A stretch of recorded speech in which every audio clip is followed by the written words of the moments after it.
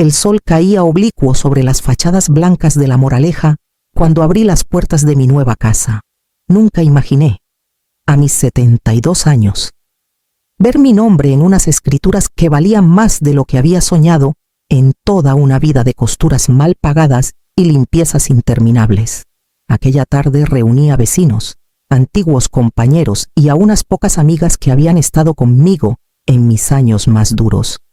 También invité, con un nudo en la garganta, a mi hijo Damián y a su mujer Verónica. Dudé hasta el último momento, pero me repetí que era mi inauguración y que debía afrontar mi historia de frente. El salón resplandecía con las flores frescas que yo misma había dispuesto y con las risas de quienes celebraban conmigo. Escuchaba los brindis, los comentarios sobre la cocina nueva y la amplitud del jardín. Todo parecía perfecto, casi como si la vida me regalara una tregua después de tantas batallas. Entonces, entre el tintinear de las copas, vi a Damián ponerse en pie. Llevaba esa sonrisa altiva que heredó de su padre, una mueca que nunca supe si era de orgullo o de desprecio. Alzó la voz para que todos escucharan y dijo: «Esta casa es perfecta para mi familia y para mi suegra. Aquí, por fin, mis hijos tendrán el espacio que merecen y Verónica podrá acoger también a su madre». Algunos invitados aplaudieron con timidez, otros se miraron incómodos. Yo sentí como la sangre me golpeaba en las sienes. Era como si los años se doblaran sobre mí y volviera a escuchar la misma sentencia que me dejó en la calle, que yo era prescindible, que mis esfuerzos valían menos que las necesidades de los demás.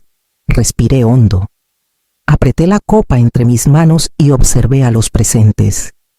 Nadie se atrevía a decir nada, ni siquiera Verónica, que sonreía complacida tras las palabras de mi hijo. El silencio se hizo pesado, casi insoportable, y en mi pecho algo comenzó a revolverse. Una voz antigua que me pedía no volver a callar. En ese instante comprendí que la herida de tantos años estaba a punto de reabrirse y que solo yo podía decidir cómo cicatrizarla de una vez para siempre. Aunque para ello tuviera que recordar de dónde venía, mientras sostenía la copa en la fiesta y el murmullo incómodo se extendía, mi mente me arrastró sin pedir permiso a los años 80, a Salamanca, donde todo empezó. Allí me quedé viuda demasiado pronto, con un niño pequeño entre los brazos y un vacío imposible de llenar. Damián tenía apenas 6 años cuando el mar se llevó a su padre. Recuerdo haberme jurado aquella noche, con los ojos enrojecidos y las manos temblorosas, que a mi hijo no le faltaría nada, aunque yo tuviera que dejar la piel en cada puntada y en cada escalera que fregaba. Vendí las tierras de mi abuelo, aquellas parcelas que habían alimentado a nuestra familia durante generaciones. Con ese dinero pagué los primeros uniformes y los libros escolares. Después llegaron los trabajos de interna, los días eternos limpiando casas ajenas mientras Damián estudiaba. Nunca me importó doblar la espalda, me bastaba con verlo crecer, convencida de que cada sacrificio era la semilla de un futuro mejor para él. Pero con el paso de los años, algo empezó a torcerse. Damián, que de niño me abrazaba con gratitud, fue adoptando una mirada distante, más preocupado por encajar en los círculos de su mujer que en recordar de dónde venía. Verónica entró en su vida con promesas de ascenso social y lo apartó lentamente de mí. Yo intentaba entenderlo, pero cada visita era más fría que la anterior. Nunca olvidaré aquella tarde oscura en la casa familiar. Yo había cuestionado algunos de sus gastos y él, con un gesto que me heló, me llamó carga inútil. Me ordenó que recogiera mis cosas y dejara espacio para la vida que quería construir con Verónica. Me marché con una maleta pequeña y un hueco enorme en el pecho. Esa herida, aunque cicatrizada, sigue latiendo en mi memoria cada vez que escucho su voz. Y ahora, en la sala de mi nueva casa, rodeada de invitados, esa escena regresaba con fuerza, recordándome que la mujer que salió entonces por la puerta no era la misma que hoy sostenía la mirada de su hijo. Después de aquella tarde en que mi propio hijo me cerró la puerta en la cara, Partí hacia Ávila con lo poco que pude meter en una maleta. Encontré un cuarto húmedo, con paredes desconchadas y una ventana que apenas dejaba pasar la luz. Allí pasé los primeros meses, rodeada de silencio y de la humillación de haber sido expulsada de mi propio hogar. Me repetía a diario que no debía caer en la autocompasión. La vida nunca me había dado tregua y no iba a empezar ahora. Durante el día, trabajaba cuidando ancianos en casas donde el olor a medicinas y sopas recalentadas se mezclaba con la soledad de quienes, como yo, habían sido apartados por sus familias. Por las noches, cosía hasta que los dedos se me entumecían, remendando uniformes escolares o vestidos de vecinas que necesitaban un dobladillo. Dormía poco, pero mantenía la disciplina. Cada peseta que ganaba la guardaba en un sobre, anotando con pulso firme lo que entraba y lo que salía. Hubo días en los que apenas podía sostenerme en pie, noches en las que el llanto me despertaba más fuerte que el frío. Y, sin embargo, cada vez que pensaba en rendirme, la voz de mi difunto esposo resonaba dentro de mí. Nunca te rindas, ama. Esa frase se convirtió en mi faro. Pasaron los años y, poco a poco, logré reunir un modesto ahorro cuando vendí la pequeña parcela rústica que aún me quedaba de la herencia de mi abuelo agricultor. Sentí que cerraba un círculo. Con ese dinero pude dar el salto que tanto temía, buscar un lugar propio, una casa que no dependiera de nadie más. Ese esfuerzo, tejido con sacrificios invisibles, me trajo hasta aquí, a esta inauguración donde mi hijo intenta despojarme de nuevo, ignorando todo lo que he pasado para levantar cada ladrillo de este hogar que ahora me pertenece. El murmullo de la fiesta se deshizo en un silencio áspero cuando Damián volvió a alzar la voz. No era un comentario aislado, insistía con convicción, como si ya hubiera decidido por mí. Una mujer mayor no necesita tanto espacio, dijo, paseando la mirada por las paredes recién pintadas. Esta casa es demasiado grande para ti sola. En cambio, para mis hijos y para la madre de Verónica sería perfecta. Sus palabras se expandieron como una mancha amarga entre los invitados. Algunos se removieron incómodos. Otros bajaron la vista a sus copas, incapaces de enfrentarse a semejante desfachatez. Verónica, siempre rápida para aprovechar el terreno, dio un paso al frente y añadió con voz suave: fingidamente cariñosa, mamá. Lo lógico es que pienses en lo práctico. Tú estarías mejor en un piso pequeño, cerca de una farmacia y del centro de salud. Esta casa es para familias. La vi acariciar con la mano el respaldo de una silla, como si ya la considerara suya. Sentí que el aire se espesaba, que las risas se habían congelado en las gargantas de quienes me rodeaban. Entonces miré a mis nietos, Natalia y Rodrigo. Adolescentes ya casi adultos, permanecían junto a la escalera. Sus rostros reflejaban incomodidad, un temblor de vergüenza ajena que me atravesó más que las palabras de sus padres. Ninguno se atrevía a intervenir, pero en sus ojos había un ruego silencioso que no volviera a callar, como lo hice tantas veces. Respiré despacio, dejando que la tormenta se acumulara dentro de mí. Recordé el cuarto húmedo de Ávila, las noches sin dormir, la soledad que me acompañó cuando todos me dieron la espalda, y supe que esta vez no iba a permitir que me arrebataran lo que con tanto sacrificio había levantado. Mis manos no temblaron al posar la copa sobre la mesa. Mi mirada recorrió la sala. Se detuvo en Damián y luego en Verónica. En mi interior, la decisión estaba tomada. Lo que ellos ignoraban es que yo había esperado este momento durante años y estaba preparada para mostrarles la verdad que destrozaría sus pretensiones. Me incorporé despacio, como quien no quiere alterar el ritmo de la fiesta, y saqué el móvil del bolsillo de mi chaqueta. Algunos pensaron que iba a llamar a alguien, pero en lugar de eso, conecté el dispositivo al televisor del salón. En cuestión de segundos, la pantalla se iluminó y apareció el documento que había guardado durante tanto tiempo. El sello notarial brillaba con nitidez. Propiedad exclusiva de Amaranta Ríos, protegida por fideicomiso. un murmullo recorrió la sala.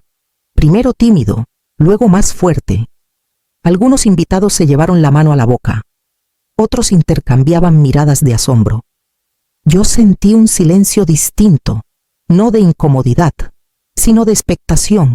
Me giré hacia Damián y, con la serenidad que da haber esperado años para decirlo, pronuncié las palabras que se me habían quedado atragantadas desde aquella tarde en la que me echó de casa.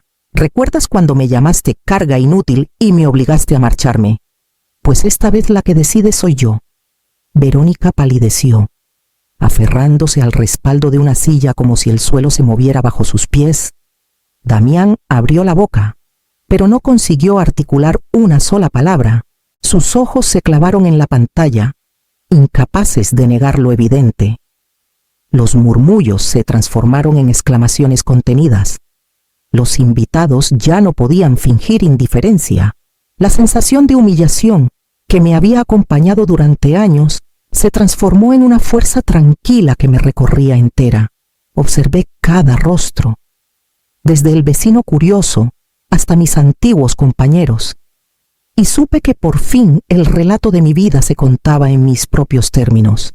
No era solo un papel, era la prueba de que mis sacrificios no habían sido en vano, de que nadie más podría decidir por mí. Y, sin embargo, sabía que aquella verdad era apenas el comienzo, porque aún había heridas que necesitaban salir a la luz y romper de una vez el silencio que había protegido tantas mentiras. El silencio tras mis palabras seguía impregnando el salón cuando escuché la voz grave y serena de Claudio Valcárcel. Había sido invitado como amigo, pero también como testigo, y su sola presencia imponía respeto. Confirmo la validez de este documento, dijo mientras se acercaba a la pantalla. La propiedad está registrada exclusivamente a nombre de Amaranta Ríos, y además se encuentra protegida por un fideicomiso irrevocable. Eso significa que ninguna acción legal podría arrebatarle esta casa. La contundencia de sus palabras se impuso como un mazazo sobre las pretensiones de mi hijo. Vi cómo Damián se removía en el sitio, con el rostro enrojecido y las manos crispadas. Verónica intentó replicar algo, pero Claudio, sin perder la compostura, añadió: no hay margen para interpretaciones. La ley es clara, y esta casa pertenece únicamente a su propietaria. Los murmullos se reanudaron, esta vez con un tono de aprobación que me envolvía como un manto inesperado. Yo respiré hondo, dejando que la seguridad de esa voz masculina, antigua compañera de juventud, reforzara la decisión que me había llevado hasta allí. Durante un instante, recordé los días en Salamanca en que Claudio y yo coincidíamos en el mercado, cuando aún soñaba con una vida sencilla junto a mi marido. Ese eco del pasado me sostuvo. Entonces, ocurrió lo que ninguno esperaba. Natalia, mi nieta, que hasta ese momento había permanecido callada junto a su hermano, levantó la vista con valentía y preguntó en voz clara: «Papá, ¿por qué quieres quitarle la casa a la abuela?» El salón entero se quedó petrificado.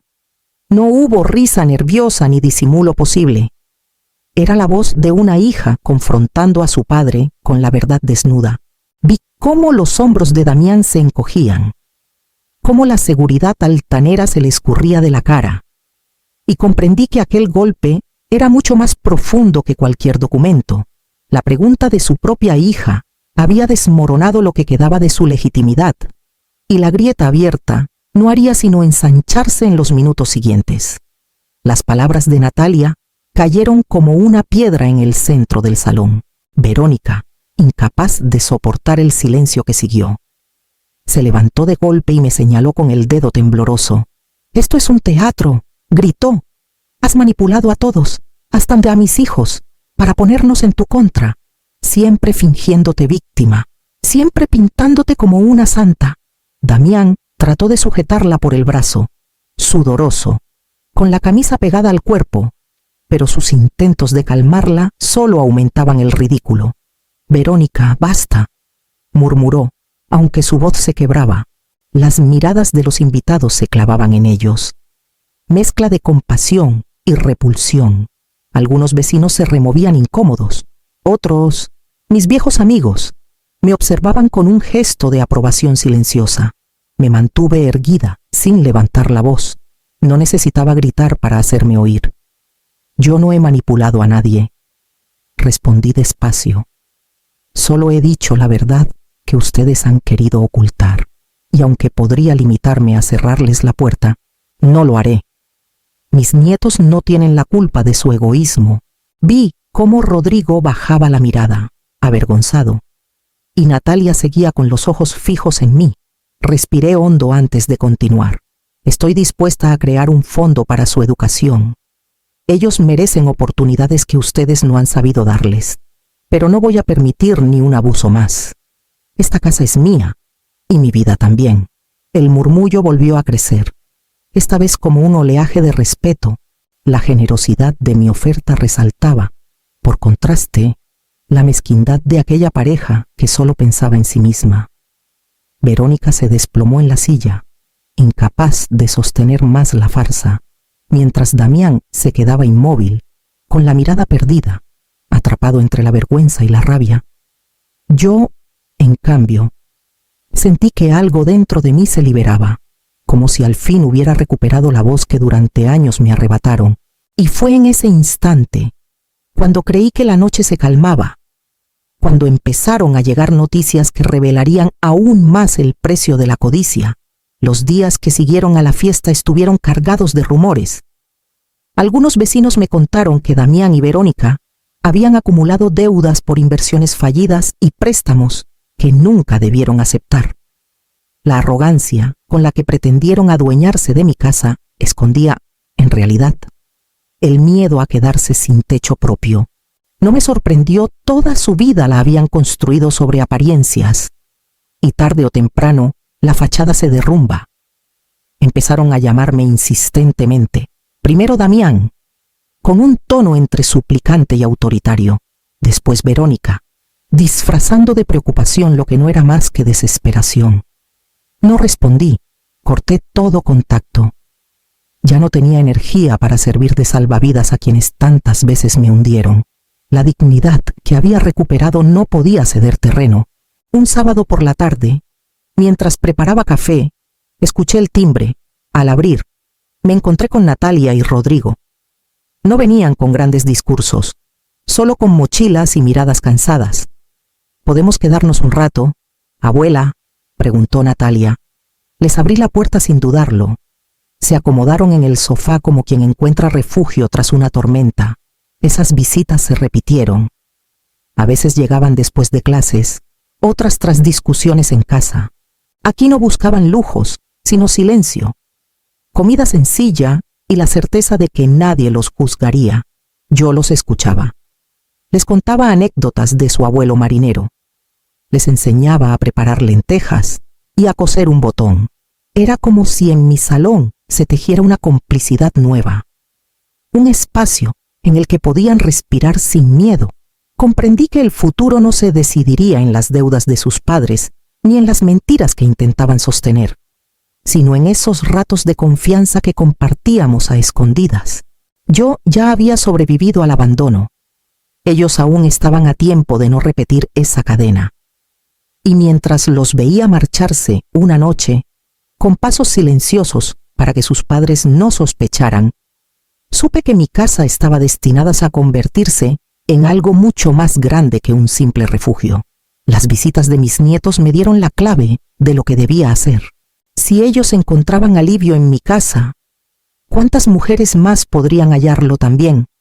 No quería que mis paredes se limitaran a guardar silencio tras tantos años de esfuerzo. Necesitaba que hablaran, que sirvieran para algo mayor que mi propia paz. Fue así como nació la idea de Casa Abierta. Una tarde reuní a un grupo de vecinas, la mayoría jubiladas como yo, algunas viudas, otras simplemente cansadas de la soledad que les devoraba los días. Les propuse transformar parte de mi hogar en un espacio comunitario donde pudiéramos compartir compañía, aprender oficios sencillos y sostenernos unas a otras. Para mi sorpresa, todas aceptaron con entusiasmo. Claudio se encargó de dar forma legal al proyecto. Preparó los estatutos y registró la asociación sin cobrarme un céntimo. Esto tiene que quedar blindado, me dijo con la misma seriedad con que años atrás me explicó las escrituras de la casa. Con su ayuda, lo que parecía un sueño improvisado tomó cuerpo real. La primera tarde abrimos las puertas con café y galletas. Vinieron 7 mujeres. A la semana siguiente fueron 15, al mes, más de 30. Algunas traían lanas para tejer, otras recetarios antiguos, otras solo sus ganas de conversar. Lo que para Damián y Verónica era un botín, para nosotras se convirtió en refugio y escuela de dignidad. Lo más hermoso fue ver a Natalia sumarse como voluntaria. Con su energía juvenil, organizó talleres de informática básica y hasta creó un pequeño blog para contar nuestras actividades. La escuchaba reírse entre las mayores y comprendía que el lazo entre generaciones se estaba forjando de un modo que nadie podría romper. Cada rincón de la casa se llenó de voces distintas, de manos trabajando juntas y de una fuerza que me hacía sentir más viva que nunca. Y mientras encendíamos las luces de la sala para recibir a otro grupo de mujeres, pensé que tarde o temprano Damián y Verónica descubrirían en qué se había transformado la casa que tanto ansiaban. Un año después, mi casa volvió a llenarse de gente. No había orquesta ni mesas rebosantes de manjares, solo el jardín con flores recién podadas, sillas plegables y una mesa larga con tortilla, empanada y vino compartido. Los vecinos llegaron con postres caseros. Las mujeres de casa abierta trajeron sus bordados y mis nietos colocaron luces en las ramas de los árboles. Era el aniversario de aquella inauguración que había comenzado en discordia y que ahora celebraba otra clase de victoria. Damián y Verónica no aparecieron. Hacía meses que su rastro se había reducido a comentarios de terceros, deudas, pleitos, excusas.